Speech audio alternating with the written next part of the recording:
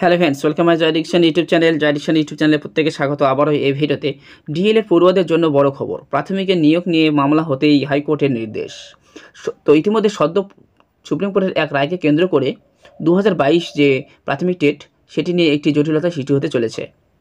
তো রাজস্থানের যে অনুবাদক পদের জন্য যে বিজ্ঞপ্তির পরিপ্রেক্ষিতে সুপ্রিম কোর্টের যে 5 বিচারপতির সে সাংবিধানিক বেঞ্চে কিন্তু রায় হয় যে কোনো বিজ্ঞপ্তি প্রকাশ করার পর নিয়োগ প্রক্রিয়া চলাকালীন মাঝপথে কোনোরও পরিবর্তন, বিশেষ করে যোগ্যতা থেকে বয়স, এই ধরনের পরিবর্তন কিন্তু করা যাবে না।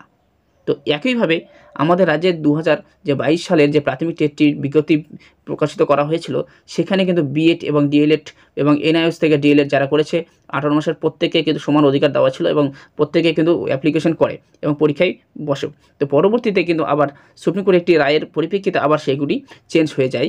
সেখানে আবার বলা হয় যে 2022-এ যারা টেট বিএড এবং এনআইএস থেকে পাস করেছে তারা কিন্তু অংশগ্রহণ করতে পারবে না ইন্টারভিউতে। এই ধরনের কিন্তু একটা রায় বেড়ে যায়। তো আবারও যে রাজস্থানের অনুবাদক পদের যে রায়ের পরিপ্রেক্ষিতেই আবারও সেটি বলা হয় যে বিজ্ঞপ্তি যে প্রকাশ করার পর নিয়োগ প্রক্রিয়া চলাকালীন মাঝপথে কোনো ধরনের পরিবর্তন করা যাবে না। তো এই পরিপ্রেক্ষিতে আবারও কিন্তু সেটি মোড় ঘুরে যায় এবং 2022-এর যে প্রাথমিক টেট উত্তীর্ণ যারা রয়েছে বিএড তাদের ক্ষেত্রে এবং ডিএলএড যারা রয়েছে এনআইএস থেকে তাদের ক্ষেত্রে কী হতে চলেছে সেই বিষয় নিয়ে একটু আলোচনা করব এই ভিডিওতে। তো দেখে নাও শেষ পর্যন্ত, অবশ্যই দেখবে।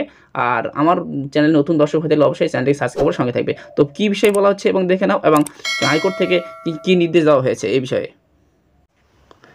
2022 সালের প্রাথমিক নিয়োগ প্রক্রিয়ায় ডিএলএড পড়ুয়াদের সুযোগ পাওয়া নিয়ে জটিলতা দেখা দিয়েছে। ইতিমধ্যেই এই জল গড়িয়েছে কলকাতা হাইকোর্ট অবধি। এবার বড় নির্দেশ দিল উচ্চ আদালত। ডিএলএড পড়ুয়াদের যে 2022 সালে যে প্রাথমিক নিয়োগ প্রক্রিয়ায় সুযোগ দেওয়া হবে কিনা তা নিয়ে পর্ষদের অবস্থান জানানোর নির্দেশ দেওয়া হলো কলকাতা হাইকোর্টের তরফ থেকে। 2022 সালে টেট ও প্রাথমিকের যে নিয়োগ প্রক্রিয়া শুরু হয়েছিল, সেখানে পর্ষদের তরফ থেকে জানানো হয়েছিল বিএড বা ডিএলএড যে কোনো প্রশিক্ষণ থাকলেই আবেদন করা যাবে। সেই অনুযায়ী ডিএলএড প্রার্থীদের পাশাপাশি বহু বিএড প্রার্থীও কিন্তু আবেদন করেন। তবে কয়েক মাস আগেই সুপ্রিম কোর্টের একটি রায়ে উলটপালট হয়ে যায় সব কিছুই।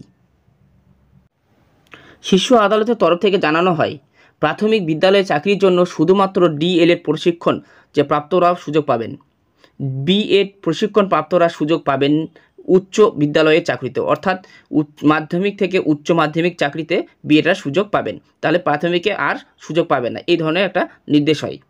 সুপ্রিম কোর্টের এই রায় আসার পরেই দেখা দেয় কিন্তু জটিলতা। 2022 সালে যে প্রাথমিক টেট সেই টেটকে নিয়ে কিন্তু একটি জটিলতা সৃষ্টি হয়েছে। পর্ষদ নিজের অবস্থান বদলে জানায় যে 2022 সালের যে নিয়োগ প্রক্রিয়ায় বিএড প্রশিক্ষণ প্রাপ্তরা সুযোগ পাবে না। যে এদিকে বহু বিএড ডিগ্রিধারীরা জানান তারা ডিএলএড কোর্সেও কিন্তু ভর্তি হয়েছেন। চলতি বছরে সেই কোর্স সম্পূর্ণ হবে, সেক্ষেত্রে তাদের ফের নতুন করে আবেদনের সুযোগ দেওয়া হোক। পর্ষদ সেই আবেদনে সাড়া দেয়নি। এরপর বেশ কয়েকজন সোজা হাইকোর্টের দ্বারস্থ কিন্তু হন। তাহলে বুঝতে পারছো, যারা বিএড ইতিমধ্যেই যারা পাস করেছে এরকম ক্যান্ডিডেট রয়েছে 2022 সালে, তারা কিন্তু আবার ডিএলএড কোর্সে কিন্তু ইতিমধ্যে ভর্তি হয়েছে এবং চলতি বছরে তাদের একটা এই কোর্সে কিন্তু সম্পূর্ণ হওয়ার একটা কথা রয়েছে। তারাই কিন্তু অনেকে হাইকোর্টের দ্বারস্থ হয়েছেন তাদেরকে সুযোগ দেওয়া হোক বলে। তাদের আইনজীবী ফিরদৌস শামীম মহাশয় বলেন, সুপ্রিম নির্দেশ আসার আগে ওই প্রার্থীরা বিএড ডিগ্রি দেখিয়েছিলেন। তবে এখন যেহেতু প্রাথমিকের ক্ষেত্রে ওই ডিগ্রি গ্রাহ্য নয়, সেক্ষেত্রে বিকল্প হিসেবে ডিএলএড পড়ুয়াদের সুযোগ প্রদান করা হোক। সুপ্রিম কোর্টের তরফ থেকে বলা হয়নি কোনো প্রার্থী দুটি যদি ডিগ্রি থাকলে সংশোধন করে বিকল্প করা যাবে কিনা। পাল্টা পর্ষদ জানায় সর্বোচ্চ আদালতের নির্দেশ মেনে তারা পদক্ষেপ নিয়েছে। সুপ্রিম কোর্টের রায় অনুসারে বর্তমানে প্রাথমিকে শিক্ষকতার ক্ষেত্রে ডিএলএড ডিগ্রি গ্রাহ্য। এই নিয়ে কলকাতা হাইকোর্টের পর্যবেক্ষণ, যারা এখন ডিএলএড কোর্স করছেন তারা সুযোগ পাবেন না এমন কিছু বলা আছে। বিচারপতি বিশ্বজিৎ বসুর নির্দেশ, ডিএলএড শিক্ষার্থীদের 2022 সালের প্রাথমিকের নিয়োগ প্রক্রিয়ায় সুযোগ প্রদান করা হবে কিনা সেটা নিয়ে পর্ষদকে হলফনামা দিয়ে জানাতে হবে। আগামী ডিসেম্বর মাসে এই মামলার পরবর্তী শুনানি রয়েছে।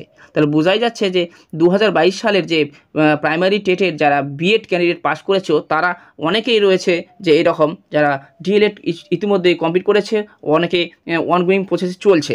তাহলে তারা কি পরবর্তীতে ক্যান্ডিডেট যারা ডিএলএড শো করে ইন্টারভিউতে অংশগ্রহণ করতে পারবে কি না, এই বিষয়ে কিন্তু আদালতে তারা দ্বারস্থ হয় এবং পর্ষদের কাছ থেকে সেই আদালত ইতিমধ্যে হলফনামা দিয়ে জানতে চায় সেই বিষয়টি। তো ইতিমধ্যে যেহেতু এটি আদালতের বিষয় সাপেক্ষ, সেই বিষয়ে এখনও বলা সম্ভব হচ্ছে না। এই আপডেটটি তোমাদেরকে জানিয়ে রাখলাম এবং পরবর্তী আপডেট অবশ্যই তোমাকে জানিয়ে রাখবো। তার জন্য কী করতে হবে, আমার চ্যানেলটিকে সাবস্ক্রাইব করে বেল আইকনটি অবশ্যই বাজিয়ে দিতে ভুলবে না, তাহলে কি হবে পরবর্তী যে আপডেটটি সবার আগে তোমাদের কাছে গিয়ে পৌঁছাবে। তো